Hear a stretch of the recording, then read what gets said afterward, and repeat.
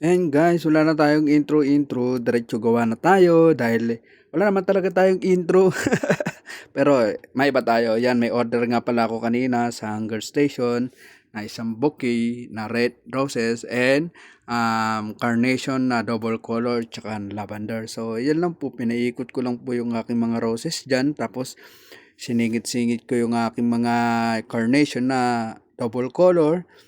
So, yun na nga, kwento ko lang bago yung order na yan. So, dami ko talagang ginawa, may mga halaman pa. Yung mga halaman, pinaglilipat ko sa mga paso namin. Tapos, meron pang isang halaman sa labas kanina na dalawa ang laki. Pinalitan ko rin ng halaman kasi patay na yung nakalagay doon dati.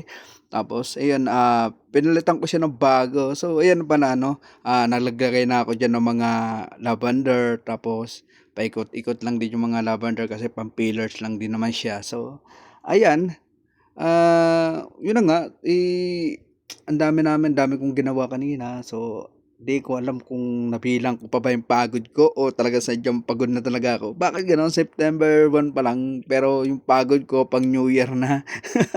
Pero okay lang yun, tuloy pa rin na laban. Pero tuloy na tayo sa pagkukwento. Ayan, nalagyan ko na siya ng pambalot. So, nilagyan ko muna siya ng papel para pang-suporta do'n sa ilalagay nating, plastic wrapping. So, yan lang, pinaikot-ikot lang din tapos paikot lang yung papel, yan na ganyan, paikot lang siya yung papel na yan tapos, maglalagay ako mamaya ng, plastic. Yung plastic nga pala na ginamit ko diyan is, hindi ko alam kung anong color yan, sa color beige ba yan o ewan, basta yan ang ginamit ko kasi yun yung nakalagay sa online namin. So yun na nga, yan pinaikot-ikot ko lang muna yung aking mga pambalot diyan. Tapos yun, tumingin pa ako muna do sa aking monitor kasi para ma-sure ko kung pares pa talaga yung pambalot ko. Ayan, natapos ko na siya.